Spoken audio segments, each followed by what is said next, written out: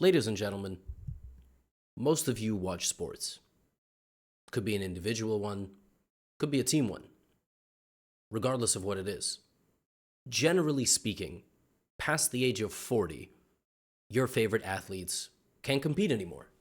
They usually have dedicated 2 to 3 decades of their life to physical training, mental training, emotional training, spiritual training, and ultimately, Father Time is undefeated. And frankly speaking, chess is no different. In chess, the average age of the world top 100 players is roughly 30 years old. The median age is lower. And there are very few exceptions. But there is one. And that one is the subject of today's video. Now, whether you follow chess closely or not, surely you must know of the name Vishwanathan Anand. This man is 56 years old at the time of recording this video. He became India's first grandmaster in 1987, 1988. He's born in 1969. Since then, India now has close to 100 grandmasters, and Vishy is still ranked in the top 15 in the world, more specifically world number 13, and he's still contending at an elite level, and that is the purpose of today's video. Vishy just played a tournament in India, surrounded by monsters, teenagers, 20, 22, 23-year-olds, all the best young players in the world, and he nearly won the entire tournament. And so in this video, I would like to take you back first to 1988, the year that Vishy became India's first grandmaster. And this is a game that he played in the very historic and prestigious Reggio Emilia tournament, a tournament that has not existed since 2012, which is kind of mind-blowing because most of the people commenting in the comment section on my videos and voting each other to the top are literally that age, 13, 14 years old, born in 2012. And in this tournament, he played somebody named Vasily Ivanchuk. Now, since then, Ivanchuk changed his name to Vasil, but I'm not going to change his name at this time because that would be rewriting history. So at this time, he was still Vasily. And I would like to just quickly show you this game. This is a game 40 years ago. This game was played literally about 39, 40 years ago. And then I will show you 3 games that he played in the tournament in 2026. Just admirable stuff. So E4, chosen by Ivanchuk. And let me just lower my speaker volume. This tends to happen quite a bit. So E4 chosen, E5 the response, knight F3, knight F6, the Petrov defense, knight takes, main line, D6, knight F3, takes, both players take the center, and white castles. Now, generally here, you really don't need to spend any time. You would just castle with black, and then you would develop the rest of your pieces. That's not how Vishy likes to play chess, though. Vishy has 2 nicknames. One of them is Tiger of Madras, which is the former name of Chennai, as far as I understand, which is the region/city. My Indian geography is not super strong, but that's the previous name of Chennai. Also the Lightning Kid, because he played really fast, and he had a really aggressive and dynamic playing style. So check this out. Vishy plays knight c6. The idea is now not to castle this way whatsoever. That is not the point at all. In this game, Ivanchuk puts immediate pressure on the knight in the center of the board, and Vishy just doesn't even acknowledge it whatsoever and plays the move bishop to g4. Very nice. So black now has a slight lead in development compared to white because white still has to develop the bishop and the knight. And so white here can strike at the center with an aggressive move like c4, or white can play a little bit more solidly with c3, which is what Ivanchuk played in this game, keeping everything nice and compact in the middle. And then Anand played f5. So he played the most dynamic, the most aggressive approach. The knight extra anchored in on the center of the board. This move, a full commitment to white, showing that you probably will not be castling this way. In fact, you will be probably castling this way and launching a devastating attack against the opponent. Ivanchuk played queen b3. This is the best move. It develops the queen. It also puts pressure on b7 as a result of Vishy having moved this light squared bishop. And here the best move for black is to play short castle. To just disregard the queen side completely, except Vishy is Vishy, and he plays queen d6. So now black has developed everybody. The best move in this position is the move that Ivanchuk plays, which is knight fd2, moving the knight out of the way of this bishop, threatening potentially the move f3 in some positions with a fork. No way now for black to trade off this bishop. Anand doesn't care at all. Long castle. What a position. Look at this beauty. Look at this position. I mean, black just has everything ready to go. And I mean, if you know anything about Ivanchuk, he's one of the best players in the world, and he was one of the best players in the world in the 80s and 90s. In the 90s, he was probably the best player to never become the champion of the world. Like, he was peak ranking number 3, I think. Just an absolute machine. f3 is the move that he chooses in this game, creating this attack, trying to get Vishy to trade off the knight. Vishy's like, absolutely not. I'm bringing another piece to the party. The rook is threatened. The rook has to move. And now may I present to you just pure savagery. The best move in this position is for black to maintain the fork and just play a move like rook f8, simply bringing another rook into the attack. It's clear that black has a menacing presence on this side of the board. The main defender and attacker, the strongest piece, is off to the side. These pieces are just never getting into the game. There's a traffic jam. Well, in this position, Anand plays bishop h3. Bishop h3 is an incredible little move.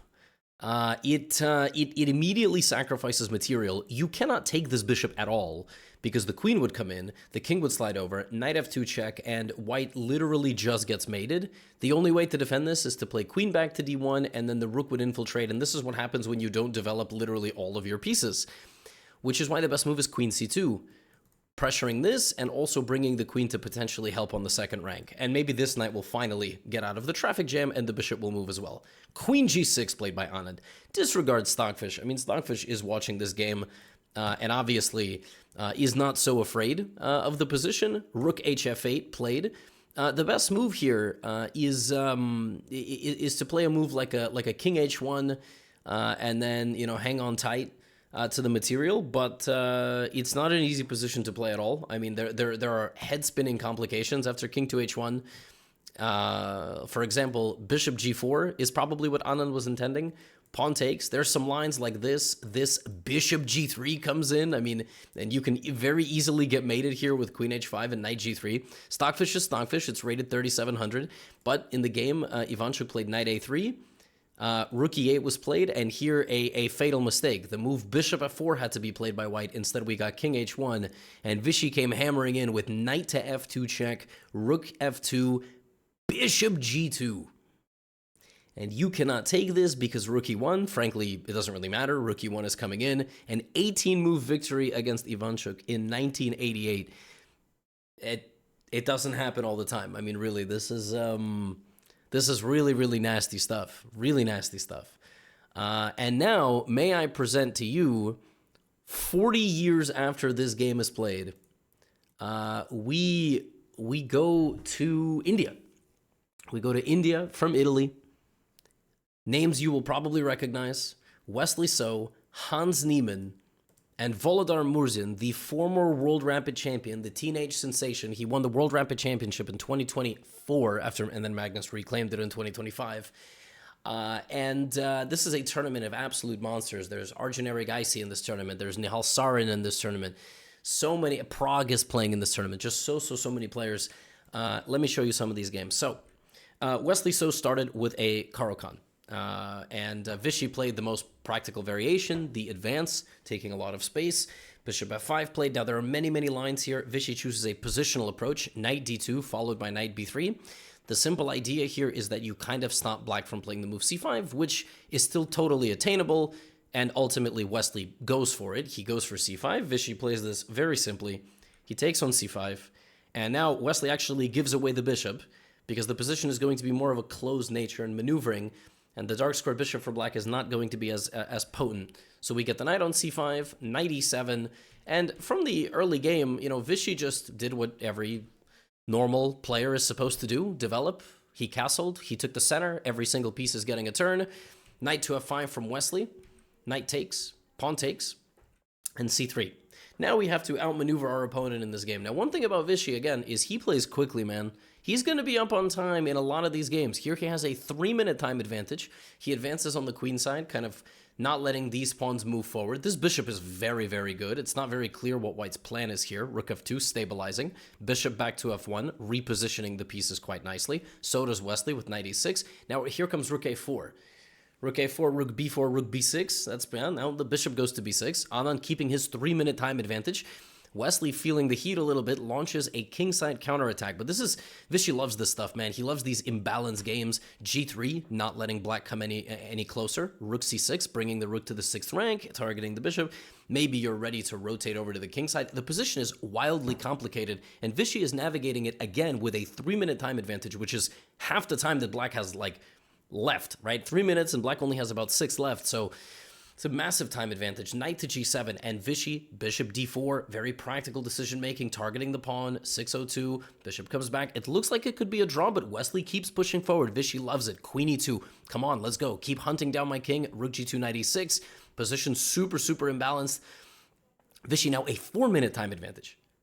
Again, like, just amazing how much on intuition we are playing. Wesley sacrifices this pawn, and his idea with this sacrifice was obviously that instead of defending it and kind of congesting his position in some way, he just gives it up, so it kind of frees the position. But ultimately, here he needed to either take this pawn or play knight takes d4. There are some specifics why he would need to do that, like he would be targeting this pawn, but the knight does look very nice compared to the bishop.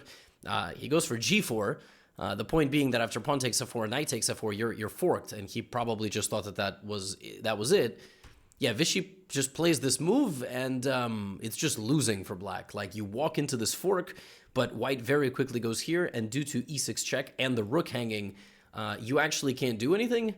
And Vichy, e6, bishop to e3, knight back to g5, h4, you can passant it, but here comes rook h4 and rook g5. h4 is a nasty little move. Vichy picks up the knight, wins this game with 94% accuracy and a 4-minute time advantage against an opponent who is a full adult's age younger than him. Like, Vichy is born in 1969 and Wesley is born in 1994 or maybe 1993. That is crazy. That is crazy. I mean, Vichy hasn't even lost a step. Like, he's just outplaying these completely world-class elite players. You know. Now let's look at this game against Hans. See, the game against Wesley, he played very fast and very practical. He was never worse. He was never worse at any stage of the game. He kept the position balanced. He played very fast. Let's see this game where he's playing with the black pieces. E4, E5. We have a Spanish. Spanish is one of these openings that, you know, you got to be good with black. You got to be good with white. That's just like, and that comes from experience. Hans Niemann is born in 2003. Anand had played 20 years of elite Spanish games against the best players in the world, from your Karpovs to your Kasparovs to your Gellers. I mean, like, literally, like 2 generations of Soviet grandmasters he already played against. So let's see. D3 is a modern move. He plays bishop c5. That's the most aggressive. Now we have h6. We have b5, kicking back the bishop. D6 and bishop b6. So this is the Spanish that we have we have here. Knight d2. Knight f1, and Vichy, very principled, is like, listen, I know that when the bishop is over here, I gotta go for g5. This is the best way to play. Now the bishop is a little bit bad. I'm gonna reposition my knight and maybe put it on f4, or maybe I'm gonna play for d5. Let's see what happens. Knight goes back to e7. Now it's actually Hans. Hans is also a very, very fast player. And we saw that in the World Rapid Championship, he did very well for himself. So he goes queen d2, king g7 from Vichy, the best move. Now here comes knight e3 and knight h5. So black is ready with 2 things. Black is ready to 3 things. Black is ready to take the bishop if he needs to. Black is ready to play knight f4, and black is also ready to play f5. The last pawn on the position that hasn't joined, unpinning long castles from Hans, and Vichy plays the most principled move, which is f5. The computer actually wanted him to take the knight. No human, I think, would play bishop e3 before playing f5. He plays f5. He's given a mistake. Doesn't really matter. Hans takes on f5. Knight takes f5. And we just have a scrappy little game. And let's look at the time. Now Anand is back on top. So from an opening preparation standpoint, Hans clearly came with some ideas, played very quickly, almost probably was keeping a bit of a poker face. Now he's down 2 minutes to Anand. Okay, he plays d4, very principled decision. How does Vichy calculate this position? Like, again, Hans is literally more than half his age younger. So I just, like, I don't think at 56 my brain is going to work that fast. I think I'm going to be full of microplastics.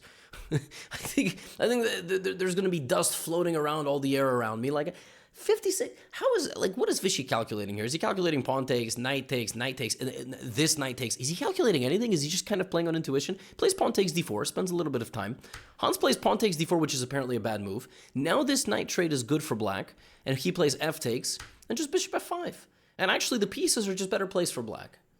This bishop is not participating. This knight is really difficult to get into the game. Like, what do you play here with white? The best move is bishop c2 to trade the bishop. Hans doesn't play that. Hans continues to feel like he needs to generate an initiative, but now the e4 square is just simply dominated. And black is going to play queen d7, queen c6, or queen e7, or rook e8. And if white cannot move these pawns and is just going to get smushed in the center, he's going to have a terrible position. So now here comes this, but Vichy smells blood. Knight into e4, both players with 9 minutes. Vichy, queen e7, that's exactly what I said, stabilizing. And now we get rid of this bishop. We get rid of this bishop because it's time to transform the structure. Queen c2 played. King c2 would have also been possible. Black would have went here and would have had absolutely no problems. So Hans gives away a pawn, which is actually not even the best move, but practically speaking, the easiest decision to make. Hans decides I'm going to sacrifice a pawn and I'm going to go for activity. So now Vichy has to defend himself against the youngster who is throwing the haymakers. Just full on, full power, winging punches at his head, brings the king back to g8, rook e1, and he trades off the queens and says, my boy, I was converting pawn up endgames since before you were even a thought. Not even like existing as a baby. Like, should we have a baby? That was like literally like when it was. So rook e6, we have rook takes, and he has 5 minutes to convert this position. He plays rook f8, and it's clear g4 is incoming. Hans plays king d3, a5 is just kind of like a waiting move. Again, you got 5 minutes, g4 would have been better. King e4, there's g4, and here comes the rook. And basically it's, will Hans checkmate Vichy with these 3 pieces, or will Hans lose literally every pawn that he has ever been granted by the chess gods? So here comes knight g6. Vichy picks up pawn number 1, knight back to f4. Vichy instead slides the king over. They repeat the position. Now Vichy's going to take a second pawn. Bishop f2. And actually after bishop f2, knight e6 was a draw. So we are only human, but Hans only has 40 seconds to figure this out, and it's not clear at all because, again, you are looking to check the black king. Bishop back to e5 defends himself. King h7, king g6. The king walks around a little bit, and here come Vichy's pawns. These 3, he's up all these different pawns. We have a crazy scramble. Rook g5 is a threat with bishop h8, so Hans has to go rook b8, and the pawns just move. King d7, I mean, it's a very stressful-looking position, but ultimately in the scramble, it is Vichy forcing the trade, and this is a totally losing endgame. It's a totally losing endgame because even though you can get the king and stop these pawns, it's just not good enough. This king runs over, and the game is lost. Look at this king b6, amazing move. If knight takes, pawn takes, this pawn is promoting. So Vichy senses that, and notice how Vichy never goes below 2 minutes. He never went below 2 minutes in this game. It's not even about playing like with 15 seconds on the clock. Vichy understands he has to force himself to move faster because in a scramble is where all his chances might go away. Bishop e5, king a3, king a2. And, that's it. You can't stop the pawn. King back to b3, knight to b1, bishop to h6. At some point, white is going to have to make a move. He does. Vichy, bishop e3, bishop to g5, bishop d8, and that's it. Look at this position. Hans Niemann doesn't have a move. The knight can't move, the king can't move, and the pawn can't move. No, nothing can move. The king moves, the king comes in. The knight moves, it gets taken. Just absolutely frozen, and Vichy ends the game with 3 minutes on the clock. The lowest that Vichy went in this game, in this whole scramble, was like 130. Like, ultimately, he navigated this whole position, putting clock pressure on Hans, 17 seconds on the clock. Vichy won this game on experience. He won this game, obviously, on endgame conversion as well, but there was a few mistakes in there, but he forced Hans to make decisions with his time ticking down to 5 seconds. And every time Hans made a move, he gained 10 more seconds on the clock. Every move that Hans is playing over here, like 13 seconds, he literally is making this move and pressing the clock with 3 seconds remaining. And Vichy is outplaying him. And here is Vichy against the 18-year-old superstar who was the world rapid champion last year, 2024. All right. Here's a game in a Sicilian defense. If you dare to play a Najdorf Sicilian against Vichy, Vichy has been around for the literal paving of the opening theory of this little thing that we call the Najdorf Sicilian, the Rolls Royce. In my first book, How to Win at Chess, over there, where is it? Right there. I called this opening the Rolls Royce of chess openings. And it is. I mean, it is a regal opening. There's many lines, right? So how is Vichy going to apply age-old wisdom with new cutting-edge, computers and everything to this opening? So bishop e3, e5, right? hitting, the center. Knight back to f3. So this is the move that he chooses. Traditionally, players are going knight b3, etc. Instead, we have knight f3, bishop e7, bishop c4, castles, and this is the position. Now, the d5 square is the $1 million square in the Najdorf Sicilian because it's clear that the structure has been committed like this. Black can't really move forward. Black will develop around the structure. White will try to occupy and frequently trade the dark squared bishop for this knight, which is why black is going to play knight bd7, so that if this trade happens, you don't actually lose any control here. Now, if white were to play knight d5, it is well known in many of these positions that the bishop takes, and now the structure is very different. Your bishop is bad, and in many positions I can play f5 and generate kingside counterplay, and e4, and put the knight on c5, and your bishop is just kind of terrible. So how is Vichy going to play this? Okay, queen e2, ready to bring the rook to the middle. Rook f, I don't understand that at all. I just don't. I have absolutely no idea how to explain this move to you. I'm not even exaggerating. I don't get it. The rook on a1 clearly looks more natural, and then this rook comes over here, but this is actually correct. Like, this rook is clearly needed on this side of the board. Maybe it's needed on c1, so you can play c4 in the future. Maybe it's just a little bit more flexible. b5, a3, queen c6 from Murzin.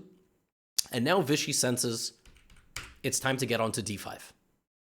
Okay? So how is black going to handle this position? He gives up the bishop.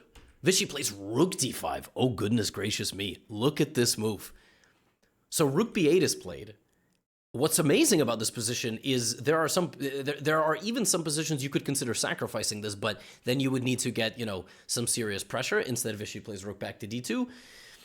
This pawn is not capturable. If it's taken on e4, there is bishop takes f7, king f7, knight g5, and in general, you would just be winning the material there. But knight e4 is even worse because I think bishop d5 just straight up wins the game. So we have a5, c3, making sure that pawn can never be taken, rook c7, rook e1, and now Vichy is going to play the traditional opposite color bishop middle game against the young player in the Najdorf, and clearly white is just better here. He's just better here. Like, there's nothing. The black bishop is bad and the white bishop is good. Like, you can win these positions in the endgame by getting the queenside majority. You can kind of trade that. If white ends up with a b or an a pawn and that's it, white is just going to win. White can also go for a checkmating attack. And again, Vichy has double the time of his opponent. Double the time. Like, that's the amazing thing. G3, solid. Now we bring the king to G2 in some positions. Rook A1, Vichy anticipating queenside play, right? Knight to C5. The bishop is just beautiful on D5. Honestly, black is running out of easy moves. Vichy back to D1 very quickly. Every move in about 30 seconds. Here you can play king G2, H4, H5. Like, these are all very normal ideas. I don't even understand what Vichy is doing, to be honest. Like, I guess what he's trying to do is put his knight here, and then put it on E3, and maybe put the knight on D5 in the future. King G7. There goes the knight to C2. He's also preventing black from playing B4. Rook B1 is again a move I can't understand at all. Like, maybe he's looking for B4 himself. Vichy plays H4, typical move. King G2. Just giving up the bishop. Just giving up the bishop for total domination of the center of the board. Rook C7. There goes the knight to E3. Murzin has 20 seconds. Which is clearly bad time management, but at the same time, like, he just doesn't know what to do. Like, this is a Najdorf Sicilian where black has been neutered. There's just nothing that black can generate here. H5. Now, how will Vichy actually win this position?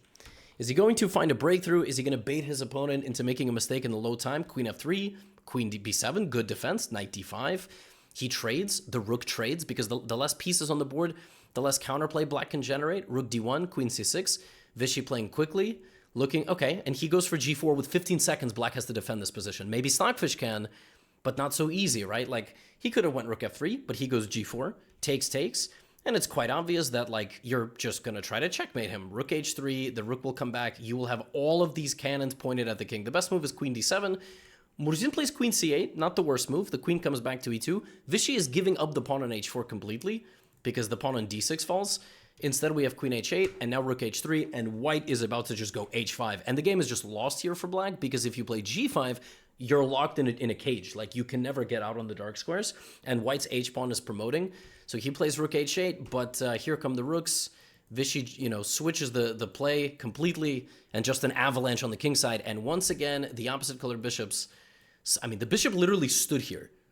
The bishop went to E7 on the 7th move of the game... And